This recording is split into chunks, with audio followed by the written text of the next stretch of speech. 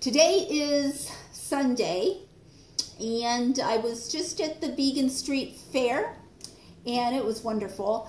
And I came home, and I got two notifications on my phone, one from Diane and one from Ashley.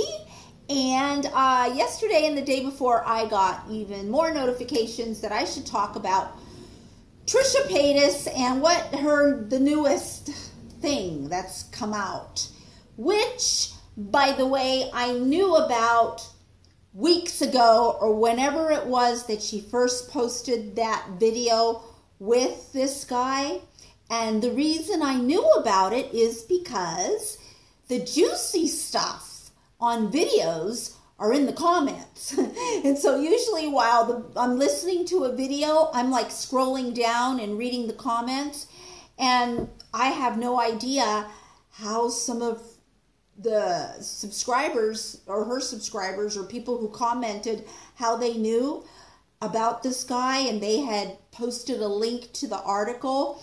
And you know, I was going back and forth because I would have been like the first one to break the news, but I'm not a drama. I don't want to be a drama. Cause any problems. And even though TP, I think she thinks, or she said that I'm a hater, I'm not a hater. I'm not a hater at all, and I don't want to cause anyone any problems or any hurt feelings or negativity. That's not at all what I'm about. And so those are the reasons, plus a lot of other reasons that I thought about and decided not to make that first video, you know, about TP and this guy. The only reason I thought of making the video was, you know, wow, I could be the first one to break this news out. And I thought, you know, I could do this awesome title and I could get more subscribers. And you know what? Even though all that sounds enticing and I really do want to make it on YouTube, it's not who I am. And at the end of the day, I will not. And I've never in my life climbed over or hurt someone else in any way to elevate me or to elevate my business or whatever I'm about doing. This is simply that when you're out there dating and meeting people, strangers, a lot of stuff can happen, and the last thing you want to do is bring them to your house. I can say that because I know she brings like all these guys into her home, or she goes to their house. They always end up in a house because she wants sex. I just saw a video that she just posted. I know it was a pre-recorded video, but she was talking about how from the ages of, you know, X to 20 or 20 to 24, she was into black men, and she said she was missing some of that flavor.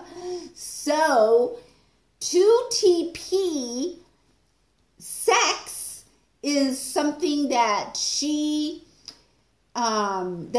sees or she views completely different than I would see or that I would view sex. So first of all, I haven't had a boyfriend in like 3 years, and I'm not going to go sit at Mastro's in Beverly Hills at the bar pretending I'm drinking a drink, because I don't drink, so it would be non-alcoholic. I don't mean I don't drink at all.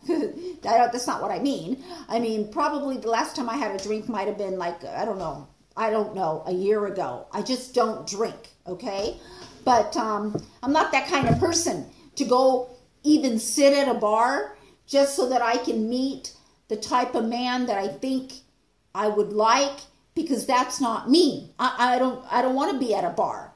Second of all, I'd rather just be sleeping at night. I don't even go out. So I haven't dated in like 3 years, and that's okay with me. But TP, you know, I mean, she's not the only one who says I need, you know, a lot of women say they need, you know. And so if you're going to be out there meeting strangers on Tinder or whatever there's another app, I guess, as well. I mean, you know, swipe left, swipe right, and then you meet, and then I guess, you know, I don't know, most people meet to have sex. I don't know, you know, but anyways, that, you know, stuff like that's going to happen. There was this one case where this mom went out with someone that she had just met, and she had children, and this was years and years ago. It was in the newspaper, and they found her in a dumpster. She was like, you know, she was murdered, and she's in the dumpster. There's another case that was on the news that many of you may be familiar with some girl that was on vacation and came in like at 3 o'clock in the morning. She's staying at a hotel, and she walks in, and when she walked into the elevator to go to her room, there was this big tall guy there, and in the elevator, he asked her, come to my room, you know, for drinks. I think the story goes. It's been a while. And the next thing you know, there's video footage of this man, you know, coming off of the elevator hours and hours later with this big suitcase. And in the suitcase was the girl that he chopped up to pieces. This is what I'm saying. You have to be careful. You just don't. Okay, let's get to the basics. If you want to date, you should date during the day. It should be a very short date, like you're in a hurry, you got somewhere to go. Maybe a lunch date, you know, if you think it's going well. And then you can meet them again and again for short dates during the day. You don't go out there meeting strangers at night, right? Drinking, and who knows what else you're doing, and then taking them home, because anything can happen. And look what happened. It's just that nothing happened. It's just that this guy had done something 5 years ago, which is like, you know, not just a little something, it was a big something. So, yeah, I mean, that's how we can all grow from this, is just, you know, learn that dating is best when you meet someone who has a common interest. So once you know what you're interested in, what your hobbies are, you know, get involved in a meetup group, or get involved in your hobby, volunteering, whatever it is, you know, knitting, hiking, swimming, and meet someone that way. Or, you know, have someone that you can meet through a friend that's a referral. Or what Trisha should do, TP should get if she really wants to, you know, what she should do is hire a personal matchmaker. That's what she would do. That's what I would do, because she can go and say to the personal matchmaker, you know, I'm into sex. I need to be driven wild every night, you know, and tell her what she wants. And of course, there's a lot of guys out there that would be there for her, but they're screened, and they have to pay. Sometimes they have to pay $20,000-$25,000. Like with Patty Stanger, the millionaire matchmaker. I think that's how you pronounce her last name. Anyways, you know, the men have to pay like $20,000-$25,000 to meet, you know, like 3 girls or 4 girls. And so they're going to be highly screened. And I think that's it. I just came on real quick. I just did this off the cuff. So I hope you enjoyed it. And I will see you in my next video. Bye.